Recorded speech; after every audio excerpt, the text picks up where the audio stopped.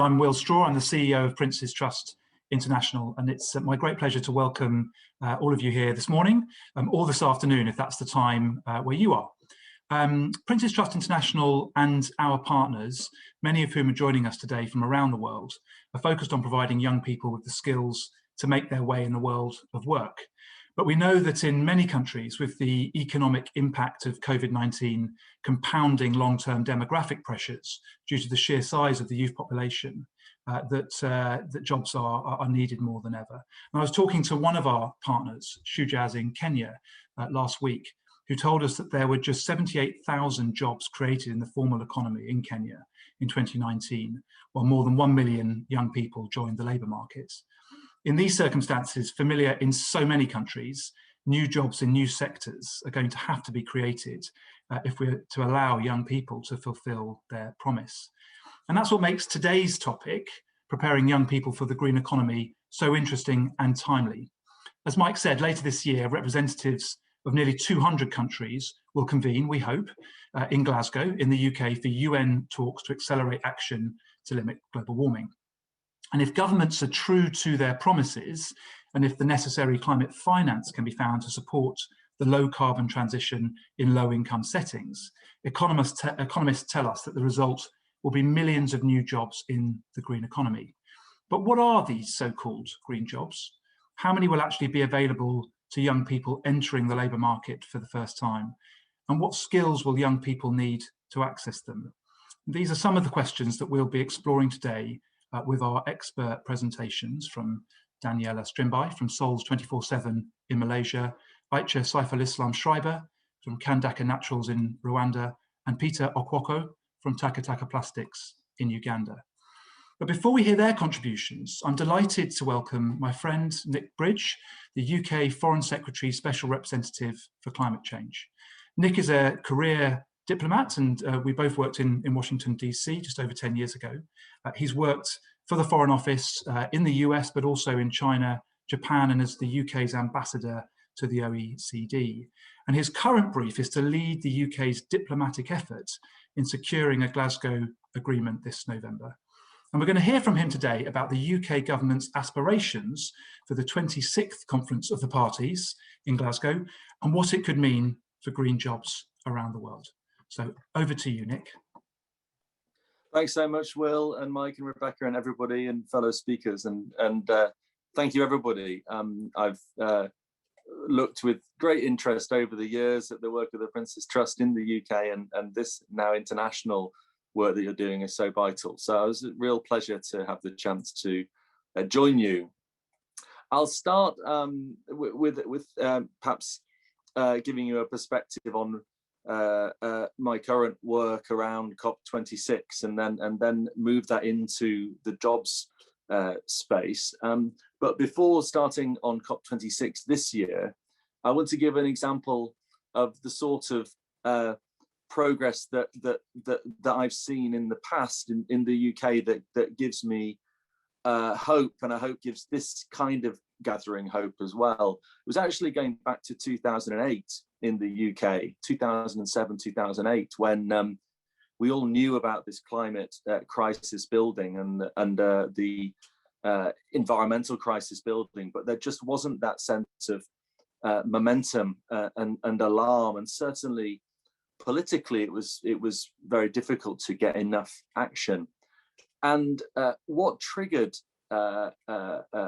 things was civil society. There was a very powerful singular message from civil society saying that, you know, wider society may not be feeling the effects of climate, but we have looked at the science, we've looked at what this means, particularly for the poorest and most vulnerable countries, and we have to get onto this. And civil society pulled together a very powerful and singular message about the climate crisis that was building. And then the second thing that happened was that businesses were very thoughtful at the Confederation of British Industry about what this meant for them. And actually, they didn't want to block, you know, a more sustainable, you know, economic process. They wanted job creation. They wanted a productive, you know, economy with skills and investment. And they said, we're up for this, but we just want a long-term signal. We want the government to say, what the framework is, if they're going to price carbon, if they're going to, drive emissions down, just give us the certainty and the time to work with that. And so we had a very progressive report come from the Confederation that said, government, please get serious about climate. Tell us what you think that means for the policy and the regulatory frameworks. And so we went from sort of zero to, the government suddenly realizing that it had civil society and business in an interested place. And so legislation was put together, draft bills went through. And from thinking that there was no chance of this, the Climate Change Act of 2008 became the biggest majority vote in favour, I think, of any piece of legislation in the 20th century in the UK Parliament. So I just want to sort of go back and recall, that when we do get together and we sort of find common cause and we think across business and civil society and government and work together about what's needed, that was a small example back in the UK as to what happened. And that act was then updated in 2019 to be net zero legislation.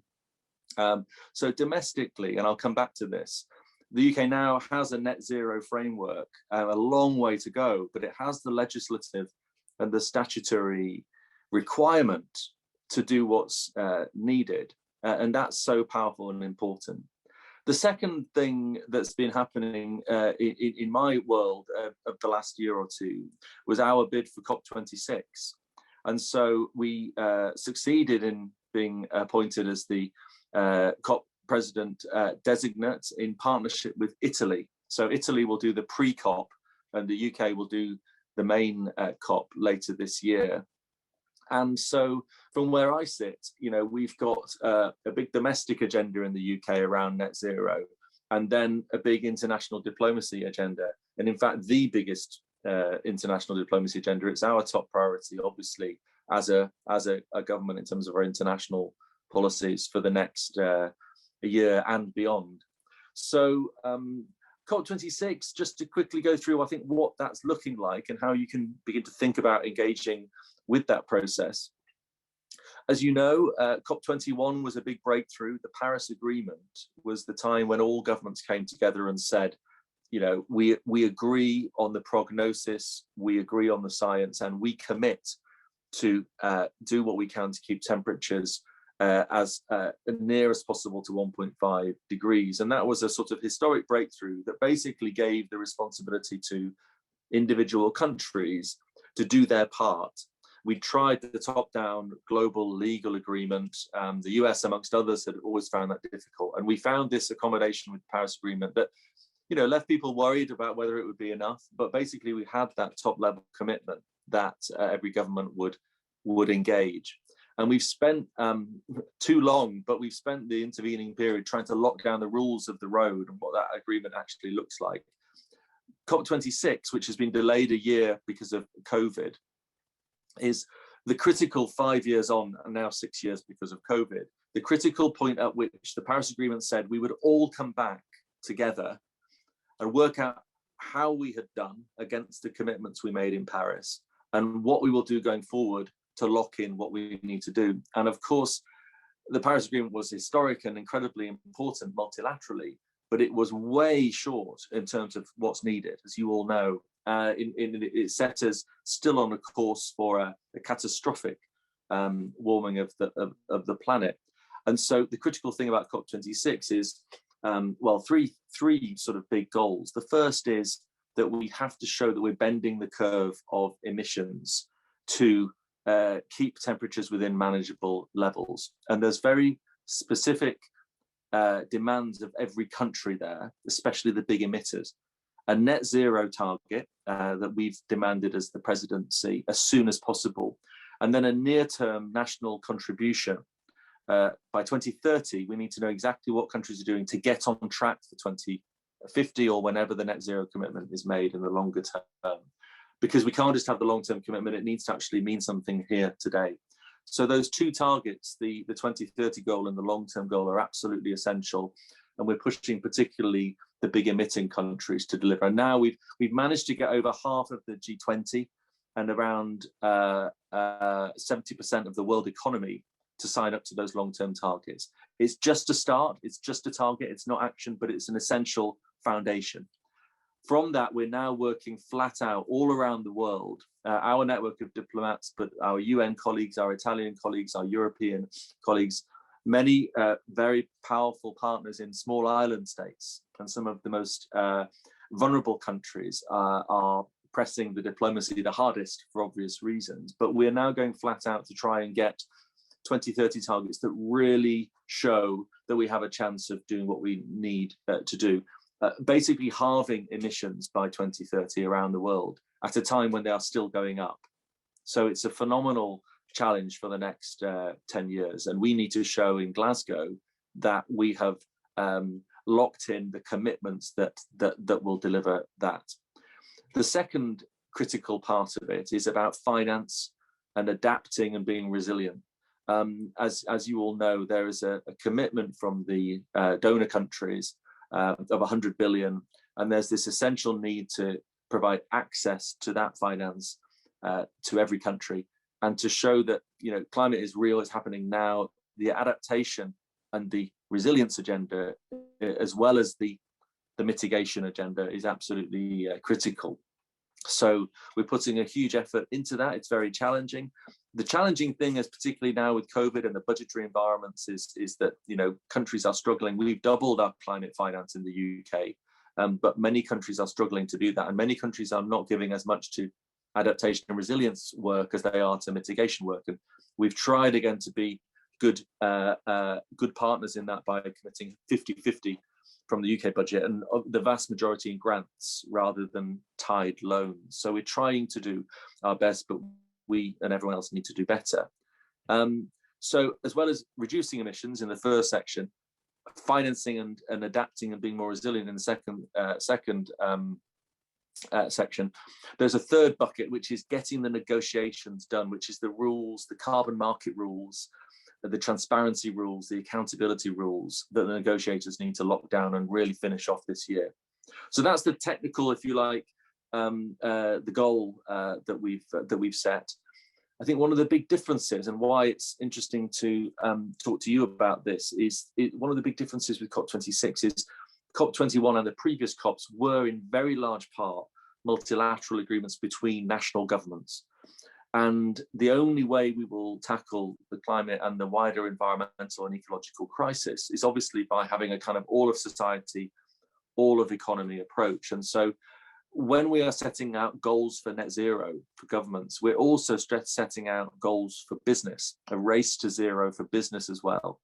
And we're encouraging civil society to come up with what they think the pressure is that they need to apply to businesses and governments equally, and also not just national governments, but cities, states, regions, provinces. And this is partly a diplomatic thing, because if you were dealing with the US for the last 4 years, you got a lot further with cities and some more engaged states than you did with the federal government. So there was an obvious reason for dealing with subnational level.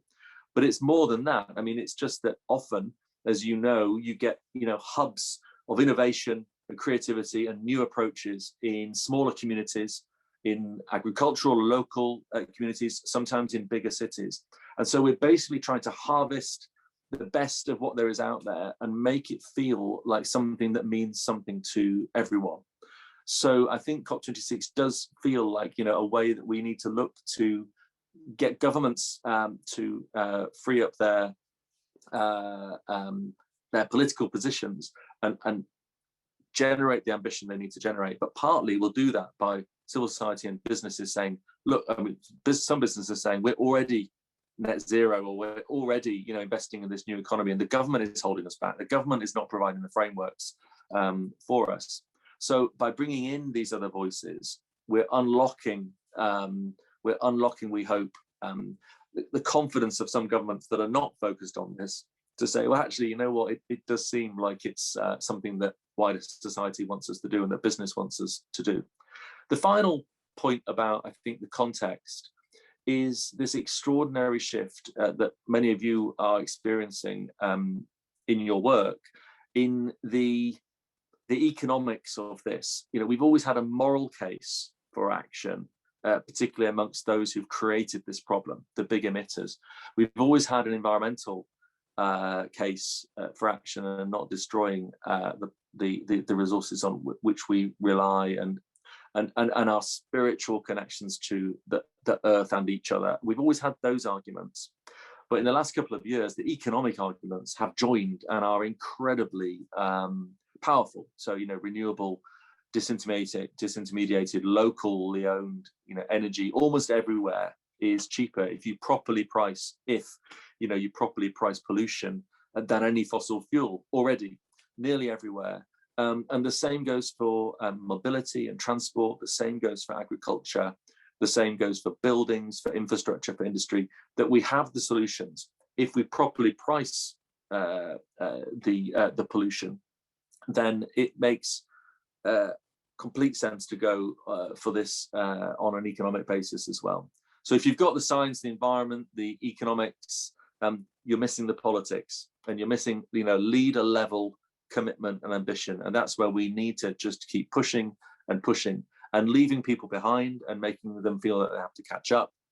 Getting the net zero or carbon neutrality commitment out from China at the end of last year, interestingly then triggered a commitment from Japan, or it was at least not unrelated, and then from Korea.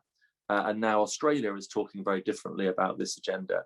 Now that President Biden has brought a new impetus in the US, that's changing a bit the dynamic around the world. So we're looking for leaders in business, leaders in governments, who can show that there is an irreversible, inevitable, and an aggressive shift, and you'll get left behind if you're not engaging in that conversation. So, that's the overall, I think, framing that we need to now begin to bring down into some really powerful transformations in 5 areas. Our campaigns are on energy, on transport, on nature and land use, forestry, and so on. And then 2 that underpin all of the economy. Those are the adaptation and resilience I mentioned, and the financing, the greening, and the making more sustainable the financial system. I talked at the beginning about the 100 billion that donors are committed to providing in this process, but of course there are $240 trillion of assets under management around the world, and it's that's got to shift into sustainable investments, because it's incentivizing asset managers, institutional investors, bankers, and so forth, not to put their money into stranded assets, not to put their money into old business, but to put it into new places. Now, that all sounds quite sort of, all the high-level governments and big business. Let me bring it down to, I think, thoughts about green jobs. The way it's felt in the UK, and we're all in very different local economies, but let me just explain for a moment, what the net zero legislation has led to in the UK. It's led to a 10-point plan for a green industrial revolution. We're a more industrialized economy. We're now looking at the future of our economy and how to incentivize that. We basically now are developing our net zero plans in every sector of the economy, so that when you think about where your investments go in those areas. In energy, we are now the biggest offshore wind producer in the world, from a very quick,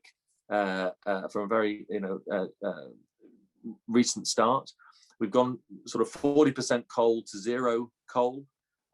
So that's the switch that we've seen in the energy sector. Now that energy is going to increasingly be in fields, on people's roofs, on people's roof tiles, in people's on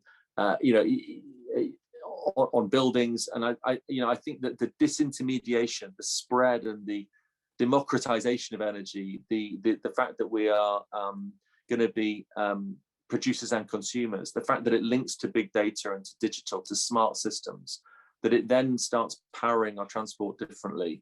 We have phased out the combustion engine by 2030, so we'll have clean transport.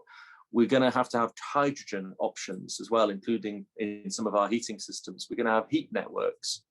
We're going to have a big stress on shifting to more sustainable agriculture. Now, all of these things are, sorry, in industry, I should have said as well, industry and infrastructure. We have to take those systems to electrify our industry, to power our industry through hydrogen and green hydrogen and other approaches. The whole system now has to react to a net zero imperative and opportunity. And the jobs are so much richer. There are so many more jobs in that kind of economy than there are with, just to take the energy sector, you would produce with a very large coal plant or gas plant, with a very small number of jobs, large chunks of very dirty energy. And everyone would just take that energy and have no agency over it. Now we will be generating energy everywhere. Lots more people will own it and have access to it. And it will be less capital intensive to run. It will be more run by people who retrofit and who are all over the country. We did a study in the United States which showed that there are clean energy jobs in every district of America, a very large number of jobs, and there are not a lot of old dirty energy jobs. There are only 50,000 coal jobs in total in America, and they were all concentrated in one or two places. So we've got a really, I think a strong green vision. There's a massive transition problem and there's a massive justice problem. We have to do this in a way that's fair and do this in a way that generates jobs across our communities. So, I think that, every community will have a different approach. Wherever you are listening in from, you'll have a different economic structure, a different ambition for what your society and your economy will look like. But the objective of COP26 and other processes is to set a global goal of a cleaner economic system that happens faster than has currently been happening, happens everywhere, deals with the climate and environmental crisis and makes our communities more livable, but in doing so, sets up a different economic incentive structure. And so, the clean and green jobs, over time will be the only jobs. And so you will be pioneers in the areas where, industry is going to be set up and established going forward. So I hope that makes, Will, a bit of a link between, the negotiations and then sort of the real world that you're all in. And I just would finally say, I think on a personal level, you're obviously, I'm sure, also deeply engaged and interested and committed to this agenda. There's always something you can do personally and with your friends and with your community. And then at a professional level, I hope increasingly you can see the pathway to being sort of at the leading edge in your communities and your countries. And I think you're in the right business. Thank you. Thanks, everyone. Thank you very much, Nick. That was absolutely brilliant. And unfortunately, Nick has to get back to his diplomatic duties at 10:30. We've had one question come through, and we may have time for another one. So please do put in the Q&A. So this is a question from Wiets van der Werf, who is the CEO of the Sea Ranger Service, brilliant organisation in the Netherlands, which offers jobs to young people to restore ocean biodiversity using natural carbon capture solutions. His question is, what would you advise to those running international initiatives that create green jobs to gain broader support and backing from governments and intergovernmental bodies? And what practical tips would help us link our work better with the international policy side? And I think there's sometimes that sort of sense of a disconnect between the practical work on the ground and then what's taking place at this very international level. Yeah, no, absolutely. Well, the main thing I would say is that because of the momentum that's being built around climate in the COP context, because, really in a very short period of months, many or most countries have made or are making this net zero decision. It is an incredibly fertile time for governments to get good ideas, because suddenly, from having been rather, if you like, either disengaged or engaged, but in a particular way or a partial way, most countries now, literally in the last few months, have signed up or are about to sign up to something which transforms their economy over time.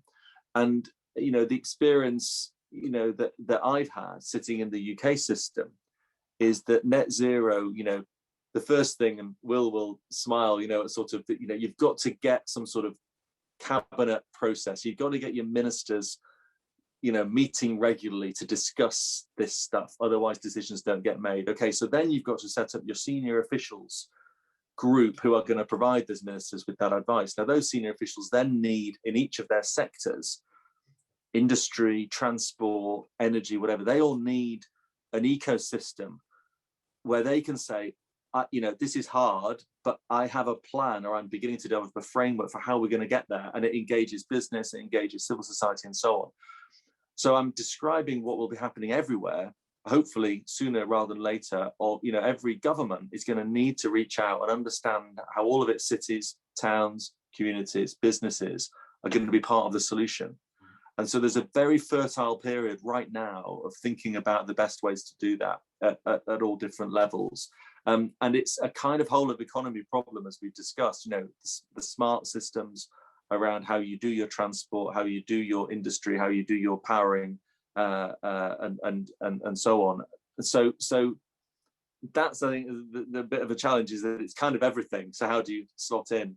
But I would look very specifically at the trade associations, the business associations, the engagement that they're having with technical parts of government that are wondering what the framework, the policy, and the regulatory framework is going to look like that will allow you to create the jobs and to create the opportunities.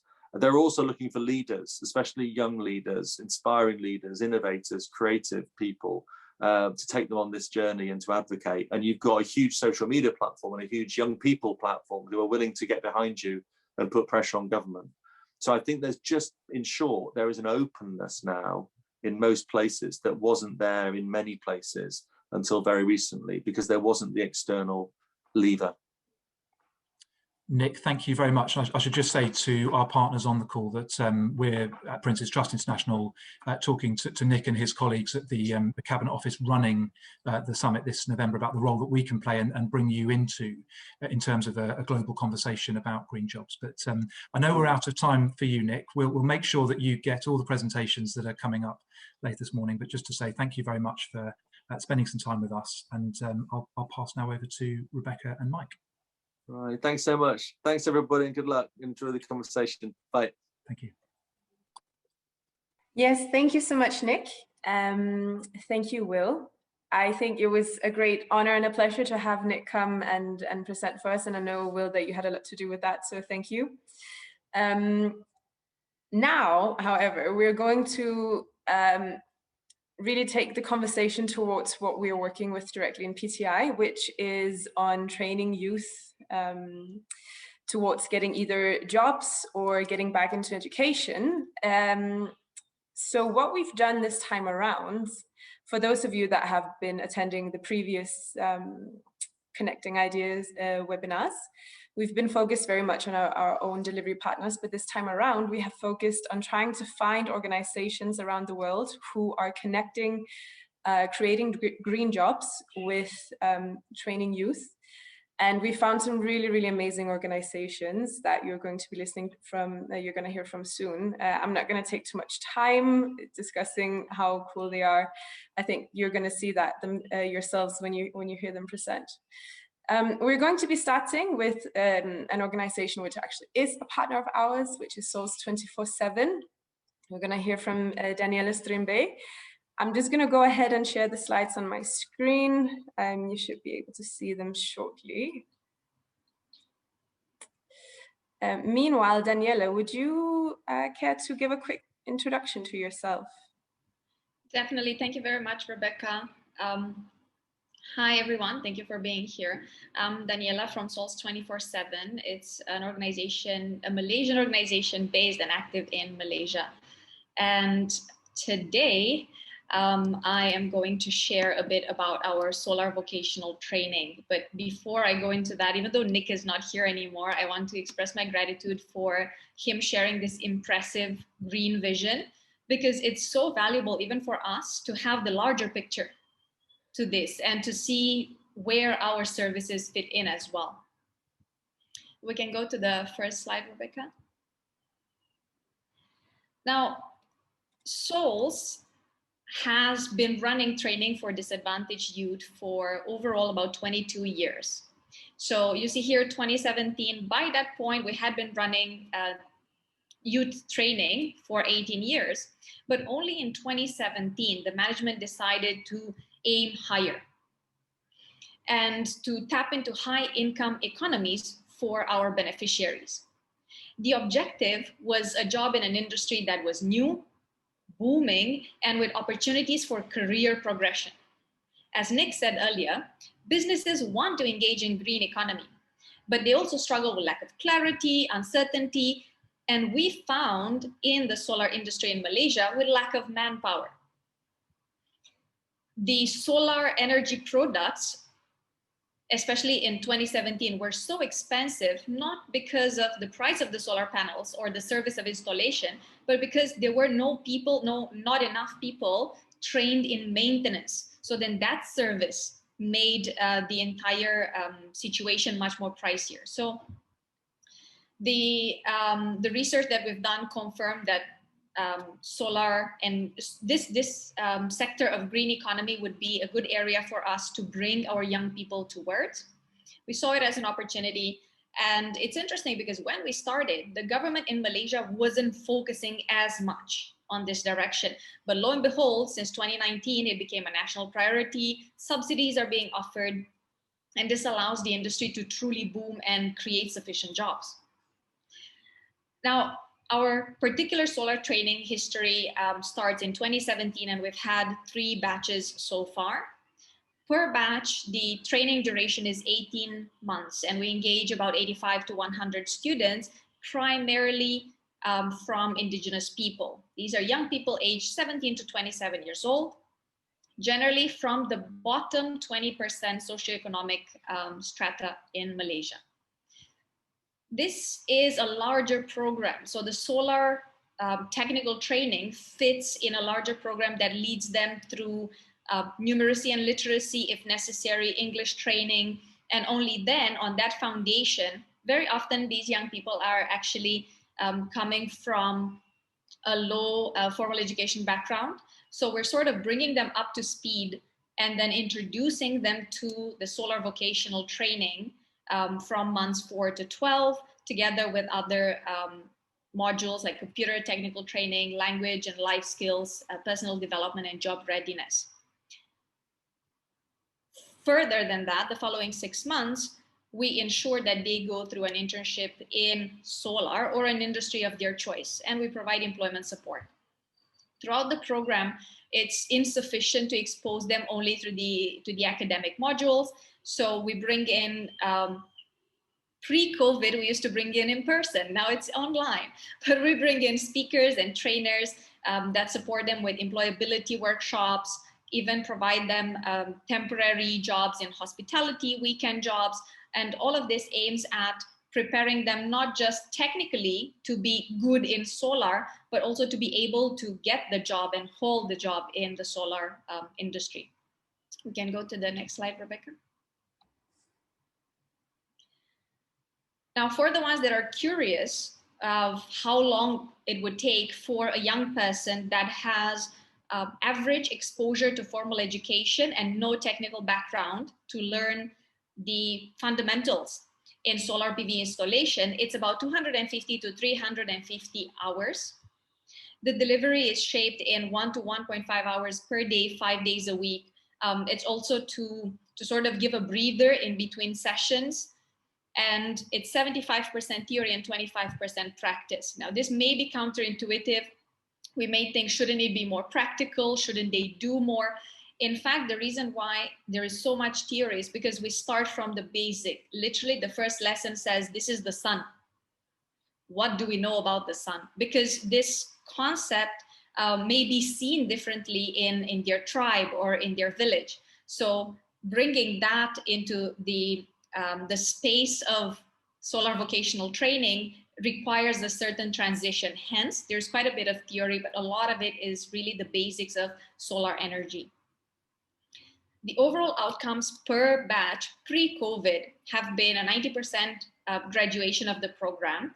But throughout that experience, around 50% show interest in solar PV. And this is like us sharing in full honesty, because it's very difficult to pre-select, because a young person from a village would find it difficult to say 100%, yes, I want to be a solar PV installer, when they do not understand the concept of solar energy.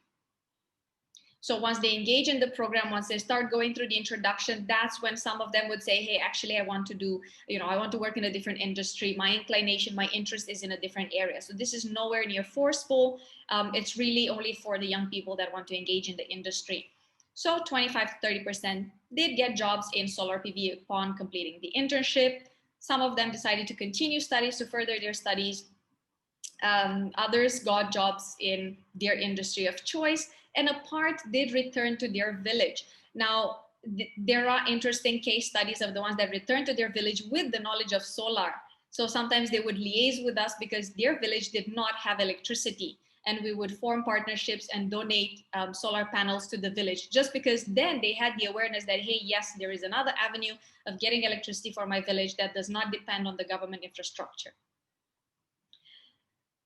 Now, all of this happened pre-COVID, and during 2020, what we've done is spend quite a bit of time in adjusting our strategy, because in-person training is not doable. So we can go into the next slide. This is just an overview, and then yes. Again, this is us coming in with a lot of honesty and sharing some of the challenges that this program is facing, has been facing, and is facing. Just to mention, even though COVID has affected the program delivery in person, we are working on transitioning it online. But still, these are some changes and some challenges that we may carry forward. So for young people, especially for Indigenous people, the environment change from their village into studying in the capital city and getting engaged with such vast technical knowledge was quite challenging.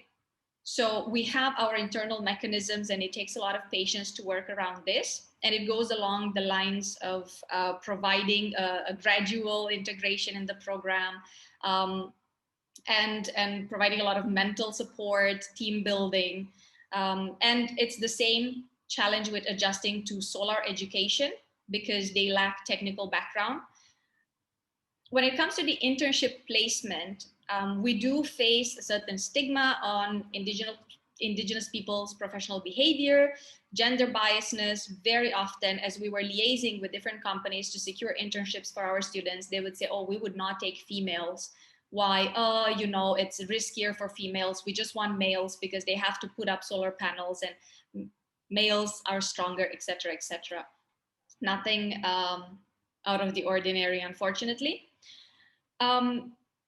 When it comes to employee mindset, so there were external struggles, there were internal struggles. Employee mindset, the students would receive a lot of support and nurturing during their studies, but when they transition in a company, that section of transitioning skills, we hadn't been able to secure it very well. So in our new strategy, we are working on that, because we realized that they were very much able within our ecosystem and our practical application, but once they would go into a company, the ability to face the challenges at the workplace was quite low, and they would just fall back and treat us like their family. So they would come back to us and say, I'm facing this, I want to come back, I want to stay here, but our purpose was to prepare them for the real world. And of course, employer training as well. This is, it's easier said than done, but how do we coach the company that accepts the interns? How do we coach the company that accepts the young employees? And this is something that is in progress. And lastly, COVID-19. We are working on all of these challenges, but why I've put them up here with a lot of honesty is because I would hope to learn from this session as well, and to keep it transparent for everyone in the conversation too. I think this was it from me. Thank you very much, Rebecca. Thank you too, Daniela. I have been such a huge fan of this program ever since I heard of it the first time. I think that these types of programs should exist in all green sectors and in all countries. I also want to thank you for your honesty. I think definitely describing challenges and what has actually not been easy is something that we can all learn from. I was just thinking, kind of linking this to what Nick Bridge talked about earlier, do you have any types of challenges in terms of legislation? Is there anything that's kind of holding you back? Or have you had any connection to the government in that sense that can? For the side of certification of the students, yes, I would say that there is a challenge. So there is a government body called abbreviated SEDA. That government body would be the one to grant the certifications, and our first 2 batches did not qualify for those certifications because it's a very lengthy process to obtain even the possibility for the students to sit for the certification. Now we obtained the possibility for the last batch that got interrupted by COVID, so now we also lost that opportunity. Once we plan to start a new batch in May this year, and we would have to restart that conversation. Now, the second challenge regarding SEDA is that all their processes are based on certification regarding in-person training.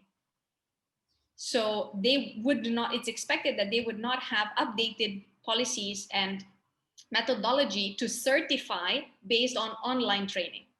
So again, if we provide the solar training online, they may refuse to provide these certifications. So I would say this is one challenge.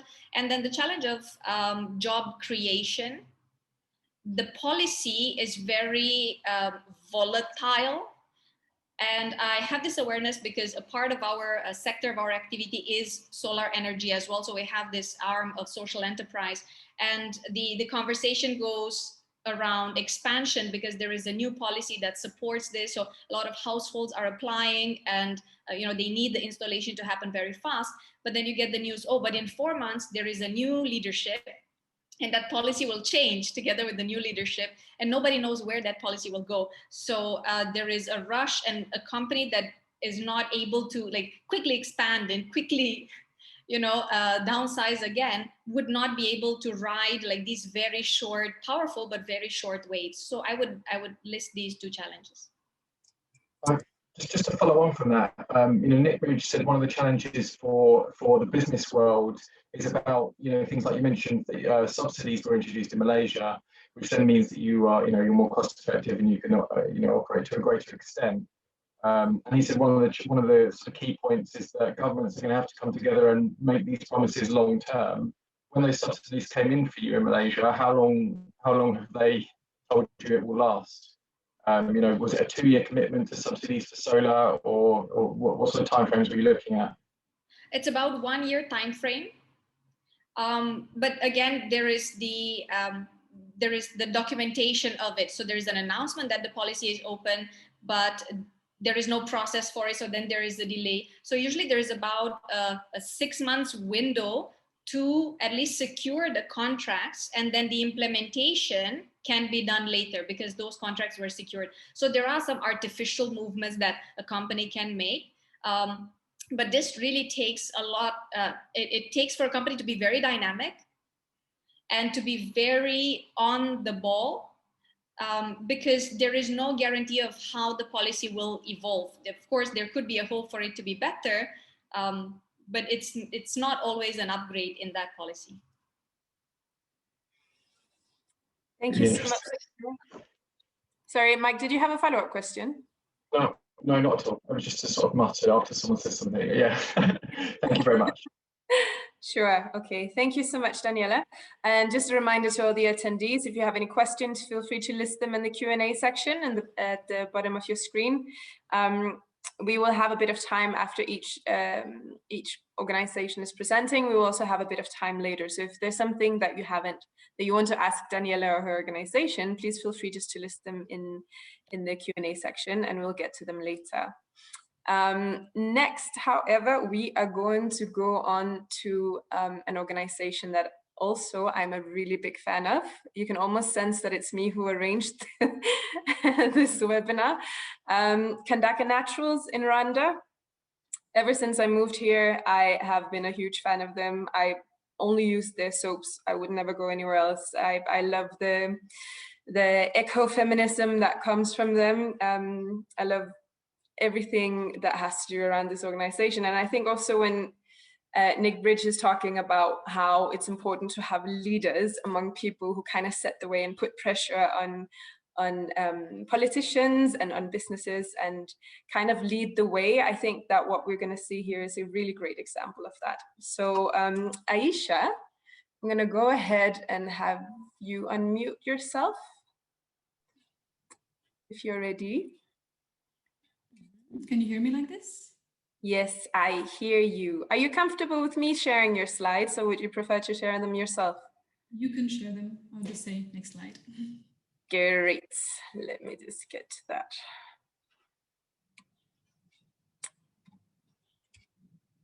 Let's see if we can get to the next one. There we go. Kandaka Naturals.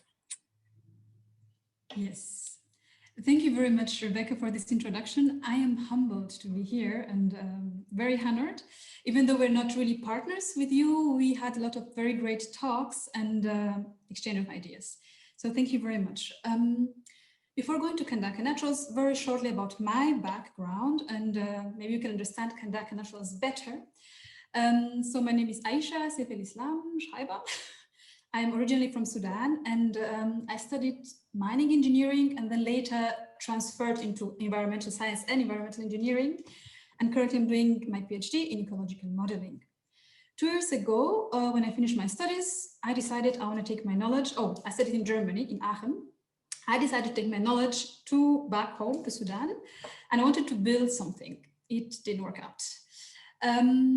So I decided maybe I should take a sign when we have to change the slide. Yeah. You can just like do a... like this. Okay, good. So it did not work out in Sudan for different reasons. The government was not ready, the people were not ready for my ideas. So I looked a little bit around in different countries in Africa, where could I bring back my energy? And Rwanda was the chosen country. Shortly to Rwanda, in case you're not familiar with it, it is very much behind environmental awareness. It's very much into women empowering, and it has a zero corruption goal, which for me are all criteria which are very important in order to set up an organization. And I think they're just worth, it's worth empowering those things. Kandaka Naturals is a woman-powered and woman-empowering social startup. This is an image of my team. So what we do, mainly, we manufacture zero-waste items for the African continent. On the left side, you can see some of our first products, not just soaps, but you do a lot of other zero-waste items like lotion bars, shampoo bars. We are starting to do bamboo toothbrushes, etc., etc.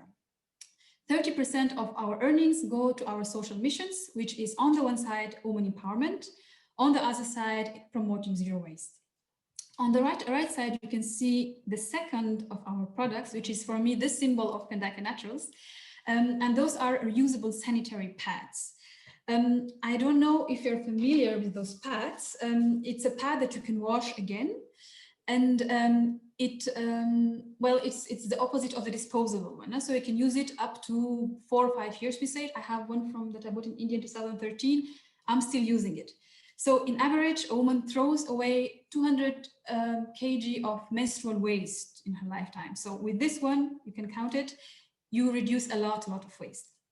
On the one side. On the other side, if you know the term period poverty, still back.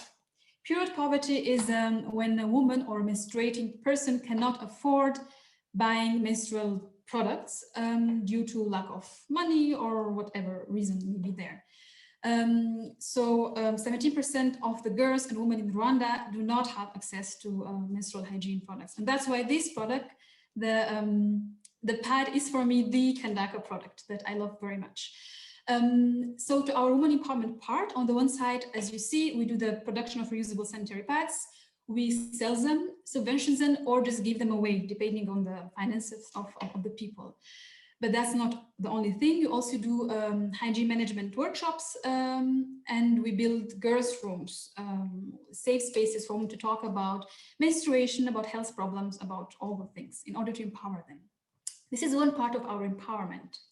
The second part of our empowerment is also a training, like similar that you explained, Daniela, but we train our own employees. So our employees, they are at the same time our beneficiaries. We have 4 phases. They come for an internship, and then we start to learn each other and to see if we can fit together, if we can work together. We teach them the basics of zero-waste lifestyle, of zero-waste living. And then if we agree to work together, we go into phase 2, where we assess together the needs of the young ladies. So we only work with women. So we assess the needs of the young ladies and their goals, what they want to become after Kandaka Naturals. And then we put together a program which is really for them. So we learn different things. They will learn the job. So it can be accountancy, it can be production of soaps, it can be sewing, whatever. And they learn different soft skills that just allow them to be an aware citizen. This is in phase 3, where we apply this during 12 months. And this can be really everything in order to help them to become hopefully leaders, and hopefully in phase 4, the exit phase, to decide whether they want to stay with us and work for Kandaka Naturals, or to exit and do their own green economy business, hopefully. So we're having 2 ladies now in the phase 3, and one of them wants to open, for example, a tea business, also based on the idea of zero waste. Yeah, so this is our empowerment program, number 2. Now on the zero waste part, next slide. It should be going through. Do you see it? Yes. No, then yes. So this is just some images from what we do now. So we really do completely different things, from setting priority workshops to learn about women in the world, great women in the world, into how to plant your own vegetables in your garden. So it's really very broad program.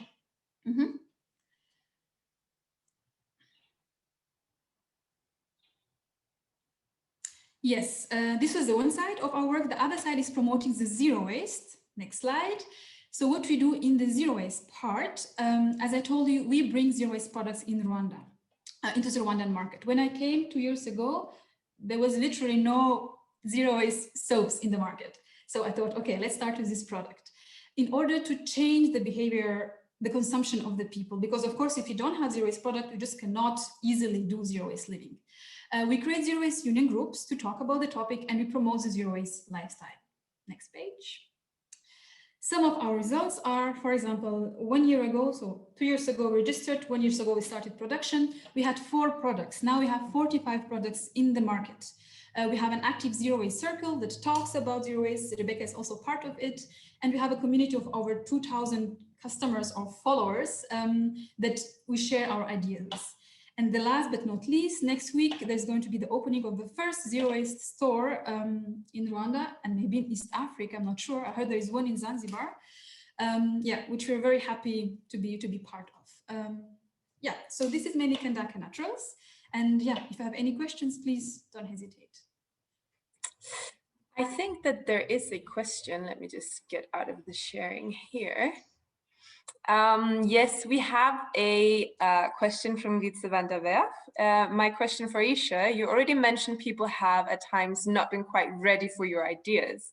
So what is the biggest challenge or obstacle you face as a social entrepreneur to increase the impact of your innovative work? So one of the most challenges is, as a social enterprise, is that we need to do both. We need to earn money, so we need to have a proper business plan and to do marketing, to do all the work that the business is doing. But we also need to promote our social mission, which is the work of an NGO. So we're actually doing the work of 2 groups into 1 group. And yeah, this is a challenge we're having, maybe. I don't know if this answers the question. Thank you for that, Aicha. I also just want to mention that one of the reasons that I'm such a big fan of Kandaka is that you literally just came to Rwanda with an idea and you took the initiative and you set it up, and now you've started this entire movement and gotten people on board with it. And I think it's very much in line with what Nick Brici mentioned earlier about people being leaders and taking the step forward. Thank you for sharing, Aicha. Very impactful work. Someone says here, that's very nice. So yeah, I very much agree. It's very impactful work. So just to consider, the same question that I gave to Daniela, do you have any comments on maybe legislation or anything else that's kind of holding you back that you would need or want to improve on? Yeah, please comment. So it's connected, I think, to the first question that came of the challenges. So we are a social enterprise and a green economy, which means we are having a positive impact on the people, on the environment, on the country, but we are treated the same way as a normal business, as a business producing, I don't know, selling petrol or whatever. So I believe it would be fair to have a different system of businesses, maybe. So a social enterprise that is putting 30% of the efforts of the money into a good cause maybe should be treated in a different way, maybe less taxes, or maybe easier facilities or trainings for free or something like this. That would be a help, I think, to social enterprises in general. Yeah, I think that is a very valid point. And I think living in Rwanda, there must be an opportunity to initiate some discussions on this, because I know that the government is very supportive of green initiatives. So that's definitely something that is useful. I was just checking with the panelists. Any of you that have any questions before we move ahead? Just you can unmute yourselves. I've got one. I would like to. Oh, sorry. Go on, go Danielle, you go first. You go first. Thank you. Just a brief question, Aicha. What is your North Star in this? How many women are you aiming to train and empower? How much waste are you planning to reduce? Like, what are you working towards? So our vision, so my vision 2 years ago was at the end to have 100 women into Kandaka Naturals. We are now by 15, but it's my second year and it was Corona. The other vision is to have small Kandaka Naturals all over the continent. Yeah, so maybe regionally to have small Kandaka Naturals, similar producers, similar manufacturers into green economy. This is a vision. Awesome. Yeah. Thank you very much. I was going to ask Aicha about the consumer market. You obviously have a very happy customer in Rebecca, but when you sort of look at the market in Rwanda, what's driving consumer choices? Is it just price? And are you able to compete with on price with your soaps and other products? Or is there now a growing demand for zero waste products? And how big a portion of your market is of that mindset? And do you see that growing as awareness about climate change increases? Thank you very much for this question, Will. It has been a very crucial question for our marketing strategies in this country, or I think it would be in any other country. We took the approach of, so first of all, the price is not the main point. It is about the quality of the product. When people believe in it, we try to place ourselves in a range that is affordable for the most of the consumers. Now about the zero waste, people just in the beginning did not care about the zero waste thing. So zero waste was just not selling. So we try to enter through the tackling different health issues. No? So if you use, for example, a chemical soap, it will harm your skin. If you take this natural soap, it will be good for you. So through this approach, we could make the products more interesting for the people. And now that we have them, we try to push a little bit zero waste topics in between the marketing topics in order to make it more interesting. So zero waste was just not selling yet. I think it's coming though, and yes, you are very right. You have a very stable customer. It's actually quite funny that while this webinar was going on, I got a delivery from Kandaka Naturals. I think also just on a comment to that, I think Rwanda is very much focused on female empowerment in general, and that's also a very big part of what Kandaka Naturals is. And I definitely feel that when people talk about Kandaka Naturals, not just the quality, not just the nicely scented soaps and everything, not just the natural feeling and those quite the quality elements, but the very fact that you're supporting females, you're helping women who do not have access to these products and so on and so forth. I think it definitely has an impact on people choosing to buy Kandaka Naturals. Just to add on to that, Rebecca, I think the example with things like the zero waste element Aicha wasn't selling. I always think of I don't even eat tuna, but dolphin-friendly tuna sort of came about, I don't know, in maybe the late 90s. And it was like a premium brand, and people would pay more if they were slightly more environmentally conscious than other consumers that wanted to buy it at a cheaper rate. And then eventually, as I guess the public catch up with the mindset and the reasons behind these sort of greener products, eventually everything is then dolphin-friendly tuna. And hopefully that's a goal, right? Just for the whole sector, if you're talking about the sort of I was going to call them designer soaps, for your premium organic soaps. Hopefully that will be just standard. But there are the sort of genetically engineered ones, your Dove brands, are just seen as less desirable than the ones that have a green focus.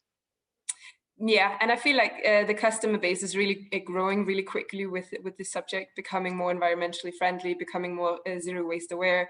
And obviously it also helps that Aicha, she's actually training people in what zero waste means and how to act zero waste friendly and sharing a lot of this. Yeah, that's definitely helpful. If there are no more questions, I'm going to go ahead to our last speaker of the day so we can make sure that he has all the time that he needs and a little extra for some conversation at the end. I was actually introduced to Taka Taka Plastics through a friend of mine in Denmark who is, in my view, one of the stars when it comes to green economy. So when he very quickly mentioned Peter, who's going to be speaking for us in a second, I was very excited to meet him, and meeting you, Peter, and you describing what you're doing with your organization, that was just an amazing experience. And I'm very, very happy for the rest of you to get this opportunity as well. So let me just get the slides ready for you, Peter Okwoko. Are you ready? Yeah, I'm ready. Let's see, here is the slides. Can you hear me? I can hear you, yes. Let me get this started. Yeah, so if you can do something similar, just wave your hand if you want me to change the slides, or you can feel free to start sharing your own, that's also fine.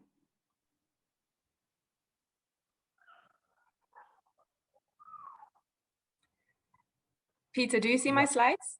Yeah, thanks Rebecca and team for, yeah, I see it. I think we're having some issues with the sorry, sound quality, Peter. Maybe if you take your video off, that might help with the bandwidth. Yep. How about now? That's sounds good. Okay, perfect. Yeah, thanks for the great opportunity to share about Taka Taka and our work in Uganda. I'm Peter Okwoko, and I'm a co-founder and CEO of Taka Taka Plastics. And we are a Ugandan social enterprise that is locally recycling plastic waste into sellable products. But also we're creating jobs for at-risk youth. Next. Rebecca, next slide. Yes, I think we should be here now.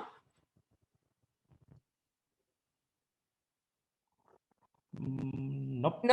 The previous one. I have reached a slide that says that about the problem about plastic waste in Uganda. Okay, maybe let me just share my screen, if that is okay. That is perfectly fine. You already have your settings ready for being able to share.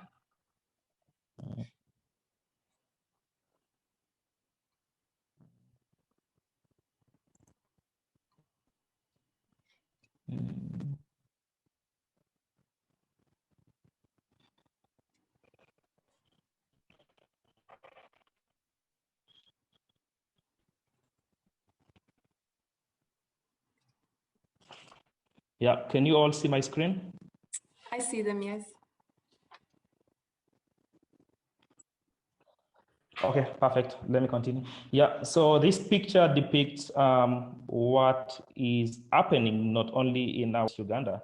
I mean, Uganda generates more than 600 tons of plastic waste on a daily basis, and less than 30% of that is recycled. So most of it ends up in landfills like the one in the picture. And the most common practice such is open burning, but different streets within cities like Gulu, you find these plastics littered anyhow. And when you move around like the water bodies, the swamps next to the city, you bodies. The problem with plastic waste in Uganda is kind of broad. I mean, there is a problem of waste sinks. I mean, most cities in Uganda, we have the biggest recycling centers situated in Kampala.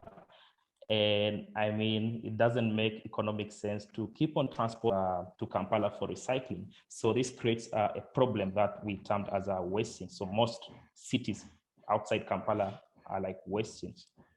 Then the other problem is that in these waste sinks, as I mentioned earlier, plastic is burned or littered, causing environmental and lots of health-related issues. And initially, about 2 years ago, what used to happen to the plastic waste was that it was shredded into flakes by one of the big companies in Kampala called the Plastic Recycling Industry. And these flakes would then be sent to India or China, but China and India are no longer accepting such flakes. So Uganda is stuck with the PET waste, and so desperate for a solution to PET. Yeah, but as Taka Taka, we did some pretty good research around PET waste, and we found a solution. So our solution is that we are locally transforming the PET waste, like the soda bottles, and we also figured out a way of handling LDPE, like the plastic bags, and we are now transforming them into products like wall tiles, pavers, table coasters, and of late, I mean, when COVID-19 hit, we started making face shields for medical workers out of such plastic waste. And we have three benefits as Taka Taka. One, we have that benefit for the environment and human health.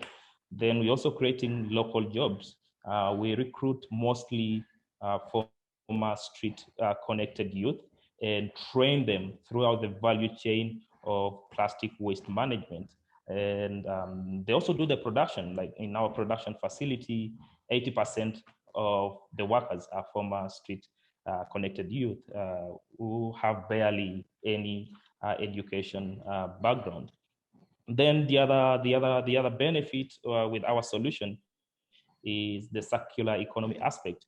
We are closing the loop when it comes to plastic waste in Uganda. Like what we receive, we recycle it, and whatever product we make, like the tiles, when it gets broken, since we use a technology where we control the temperature, the melting temperature of these plastics, when it gets broken, we can bring it back and still recycle it into another tile.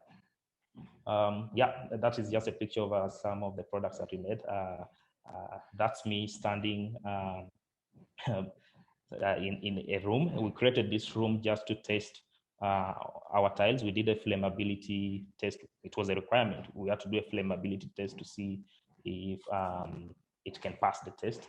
Then we have, that is one color of our coasters that we sell to members of the community. But when COVID-19 hit, I mean, when we reported the first case in Uganda, it was around March, when a process of now building our full-scale machines to even make more construction materials. But at this point, we were stuck. I mean, most shops were closed, so we could not procure for certain parts for the machines that we wanted. And yeah, people started working from home. It became a little bit tricky for us to keep all our staffs together and continue doing the work that we do.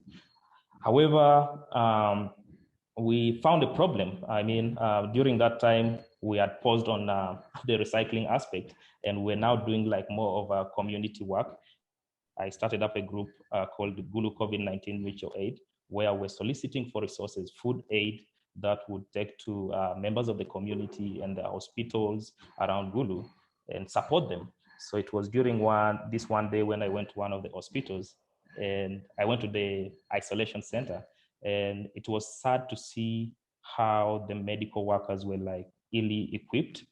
Most of them only had like face masks, and they were attending to like COVID-19 positive individuals.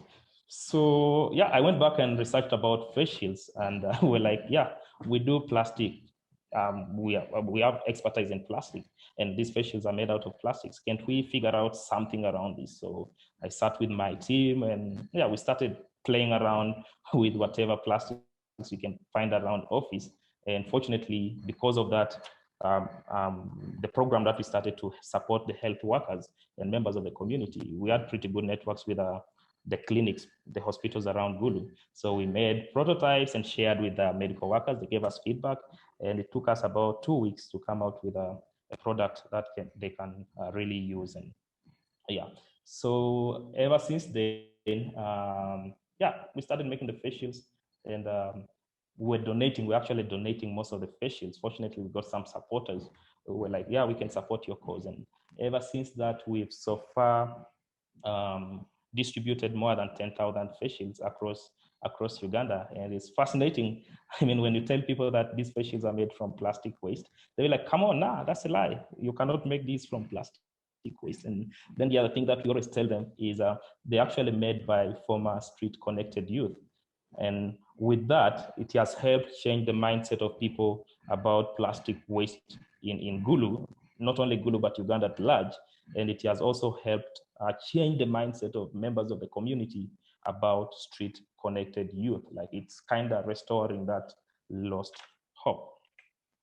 And besides just employing these street connected youth, we offer them trauma healing sessions.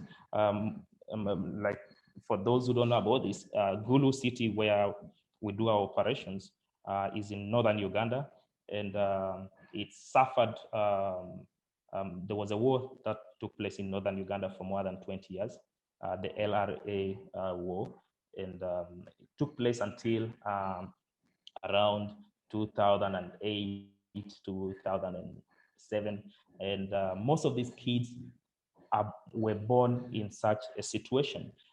Most of them don't have parents. They lost parents. Most of them were born in the bush during the war. So a big percentage of them are traumatized. So besides just giving them the job, it would be very important to offer them trauma counseling sessions. And yeah, we've been doing that, and it has really helped in our endeavors. To date, we have 16 staffs and full-time staffs. I mean, those that we give direct job opportunities, and 9 of them are former street connected youth. But there are also those who we give indirect opportunities, like the ones who do the collection of the plastics from different sites and then bring them onto our facility. We have about 20 of the former street connected youth doing that. Yeah, that's all from me. And yeah, if you guys have any questions, feel free to ask me. I'll answer. Thank you so much, Peter. That your story is so great. I really love hearing you talk about what you do. So just a reminder, you say that you offer trauma healing, but as I recall, you actually make it mandatory for your employees, don't you? Yeah, we make it mandatory. It's mandatory for all the employees. I mean, I have a pretty good background with working with the street connected youth, but the employees that we bring on board, some of them are not good at doing that. So we give them the same kind of training so that they understand how to work with people from such a background. Yeah, thank you for that. I was just thinking in general here, we have been talking a lot about how people take initiative to make these types of programs. Do you have any suggestions for, let's say that there's some young people either in some of all of our programs or maybe among the attendees that want to set up some sort of a social enterprise but don't really know how to get started? Do you have some good tips on, or maybe share a bit of on how you ended up starting what you're doing? Yeah, I have some tips. If you have an idea, you should already get started. I mean, as Taka Taka Plastics, we worked for about 2 years informally, and during that time, we were doing like research around plastic waste management, plastic waste recycling in Uganda, and also engaging mostly students from the university in Gulu in trying to develop innovative solutions around this. So you just get started, and yeah, there will come a time when you'll have to formalize things. But again, it's kind of challenging. Like Aicha said earlier in our presentation, it's challenging in countries like Uganda, where it's hard to tell if a social enterprise is a for-profit company or doing like community-based programs. Like even with the registration, it's kind of tricky. I mean, we are registered, we are a social enterprise, but in the laws of Uganda, there's no slot for social enterprise. Then you have to register as a company limited by, they call it limited by guarantee. And I mean, we are doing something for the community. We are managing waste for the community, but the taxes levied onto us are the same taxes that they levy onto for-profit initiatives. Yeah, but the advice I give to the youth out there, like just get started and get the right partner. My co-founder is Paige Balcom. She's from UC Berkeley. I mean, by getting the partners that you work with, it shouldn't necessarily be a local partner, but you can also, I mean, we have internet now. You can also search and find like a partner from the global north. I mean, like in Uganda, we have the ideas, we are super innovative, but we lack access to certain resources. And I mean, if you get a partner from a place that kind of encourages innovations around what you're going to do, I mean, you'll gain access to a vast amount of resources. I mean, if I didn't have Paige as my partner in doing this, I don't think we would have gone this far. Thank you so much. I'm just going to quickly mention here, I see that we have a question from our safeguarding manager who wants to know a little bit more about, she's asking, can you elaborate a bit more about what the trauma healing looks like? Yeah, sure. I can elaborate more about it. Well, for these kids who are traumatized, in most cases, they go through some, I mean, I'll cite an example. If there is a kid who witnessed his parents being killed by the rebels, that is traumatizing. But I mean, they cannot easily open up and talk to their peers about it. And they've lived for all these years with that, and it kind of affects their day-to-day activities. So in these sessions, we slowly bring them to a point where they get to share their stories. And by sharing the stories, in one way or the other, you get relieved of, I mean, that trauma that you've had in the past. We also work with young girls, young girls who have suffered like sexual abuse, but because of the, I would call it the norms or the traditions in northern Uganda, people fear to talk about that. Like, you don't talk about that. And I mean, if we bring you through that process and you talk about it, you get healed from that trauma. So it's, yeah, that's what we basically do. Thank you so much. Is there anyone who have any more questions? Will Aicha, I see Aicha is very quick to put out her hand. Go ahead, Aicha. Yes, thank you very much, Peter, for this presentation. It's very interesting what you're doing. I have two questions. On one side, how is it price-wise while comparing your building materials to the regular building materials? And the other question, same as for our product, how is the acceptance of the people to this, I guess, new product that you're bringing to the market? Yeah, for the tiles, it was kind of hard for people to like accept the products, but yeah, we came out with a pretty good marketing strategy, like where they get to see the comparison between the tiles and the traditional tiles, like the ceramic tiles. And at our offices, we set up this space where members of the community can come in and witness, like, well, these are really like good products. And also, whatever we do with the testing, like the flammability test and all that, we record the videos that we share with members of the community to have them have that trust in our products. But again, like for the face shields, it was a little bit tricky at the start. But when we got like big people in the government coming on board, like one of the ministers of health came on board, and yeah, she tried it out and shared it with a couple of our colleagues. And I mean, on media, people saw that, oh, the minister is also using these face shields. So people were like, wow, I think this is something that we can all use. And yeah, so people, like with recycled products, people want to see, like, how should I call them? Opinion leaders. They want to see opinion leaders like trying out the products before they can really get on board in using them. But again, another mechanism that we've been using is engaging members of the community in whatever thing we do as Taka Taka Plastics. We have the thing that we started calling, we call it a monthly community cleanup activity, where we bring all members of the community and we do everything together.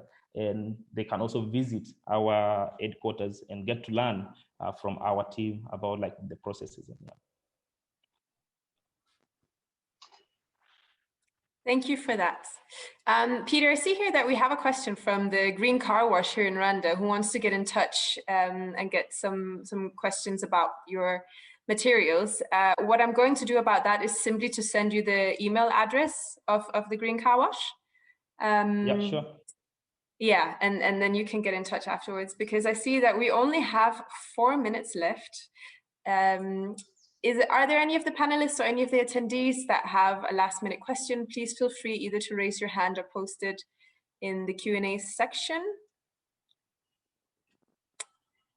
It seems like we are all good.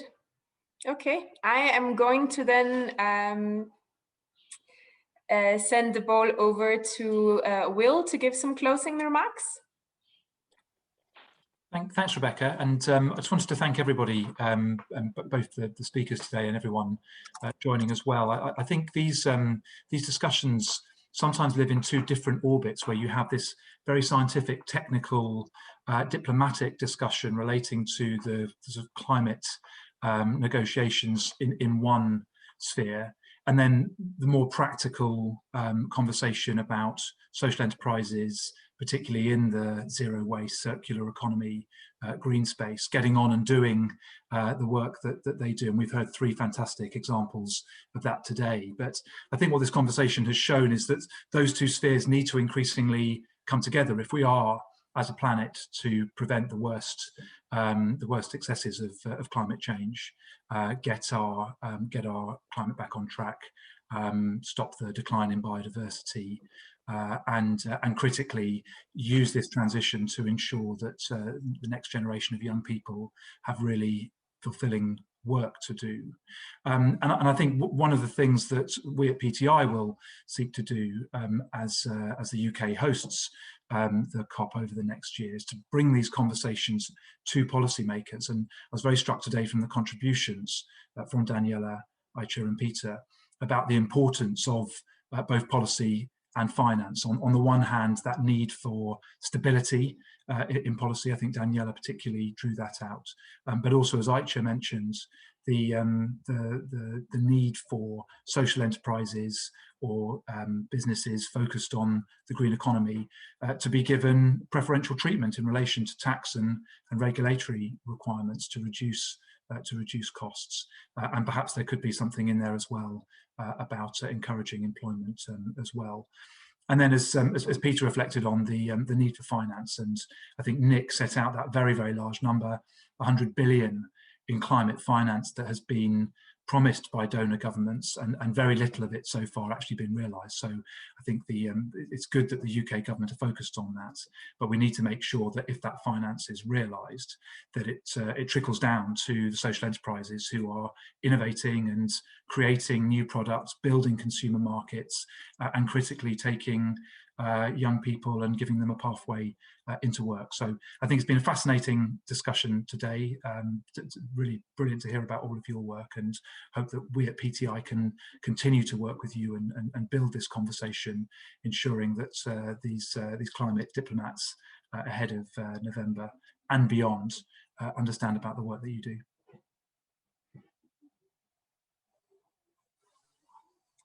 Thank you so much, Will.